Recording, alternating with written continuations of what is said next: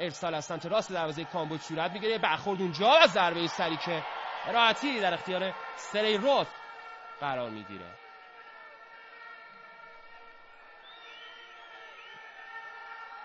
ارسال پشت محوطه جریمه، یه توپ اونجا میکاره، عالی به توپ ضربه میزنه.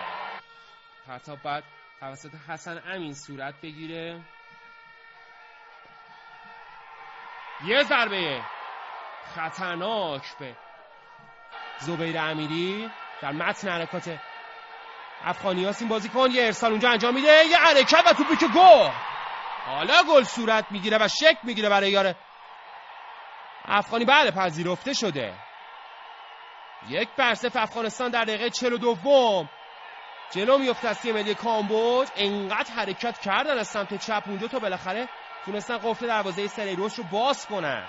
باز هم زبیر امیری اونجا در مقابل خودش میدید مدافع حریف رو، یه پا عوض کرد اونجا، ارسال رو به صورت کوتاه و با اشتباه ویسال و به طور نسبتا شانسی به یار همتیمی رسید و به زیر طاق دروازه کامبوج میزنه توپ رو.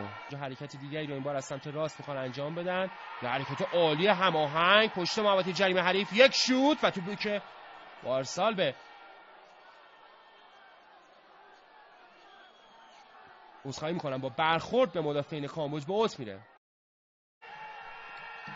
این ضربه دیدنی ناگهانی به توپ ضربه زد مدافع پیشتاخته افغانستان. توپ به تیرک افقی سریروس برخورد کرد، هنوز میتونه اونجا ارسال کنه و که از خط طولی دیگه با توپ عبور میکنه این کشور. ارسال از سمت چپ صورت میگیره، کار خطرناک قشنگ با دست زد. کاملا مشخص بود که یه گل مارادونایی خواست بزنه یار افغانی زبیر امیری و داورم دست به جیب میشه و دومین کارت زرد رو هم نشون میده، خیلی مبتدیانه و آماتور.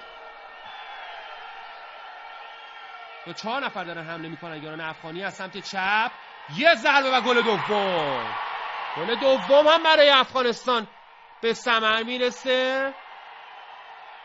باز ضربه‌ای که اونجا روی کار تیمی و ضد حمله‌ای که اونجا صورت داد تیم افغانستان، دروازه سریروس برای دومین بار گشوده میشه. همکاران به من اشاره میکنن که دروازه همزمان تیم ملی کشورمون هم صاحب یک پنالتی شده. باید ببینیم ضربه پنالتی رو چه کسی میزنه. اگه اشکان دژاگه تو زمین باشه خودش میزنه.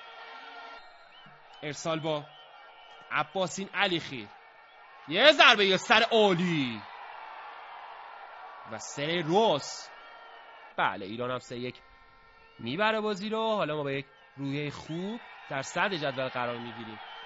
یه شوت زیبا و خوب گرفت، چقدر قشنگ گرفت در 2 مرحله.